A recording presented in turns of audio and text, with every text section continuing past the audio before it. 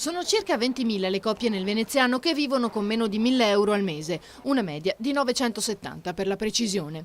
Con questi soldi c'è la spesa da fare, le bollette, il mutuo, l'affitto e alla fine rimane ben poco.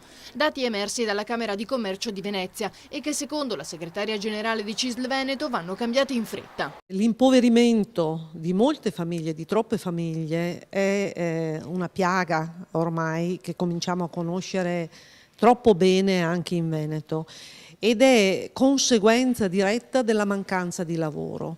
Allora bisogna amministrare meglio, bisogna governare bene, bisogna fare impresa bene, bisogna fare bene anche il sindacato, ma soprattutto bisogna avere tutti chiaro che la priorità è creare lavoro. Ma nel frattempo qualcosa bisogna pur fare. È chiaro che nel frattempo, attendendo i risultati di questa azione, bisogna anche solidarmente, sussidiariamente, con azioni pubbliche e anche di mutualità collettiva, essere vicini alle persone che hanno necessità di aiuto, perché quando una persona ha necessità di aiuto io posso avviare un percorso per la crescita, ma in quel momento devo aiutare quella persona a stare meglio.